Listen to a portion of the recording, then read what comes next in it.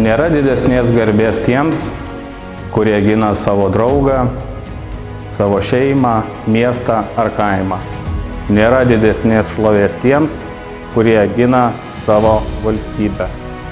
Mūsų tauta lygiai prieš 33 metus savo garbę ir šlovę užsitarnavo, kai tą lemtingą, itin žvarbią žiemos naktį sausio 13, būdami absoliučiai beginkliai, nepabūgo, pasipriešino okupaciniai kariuomeniai ir padovanojo laisvę Lietuvai tėvynei.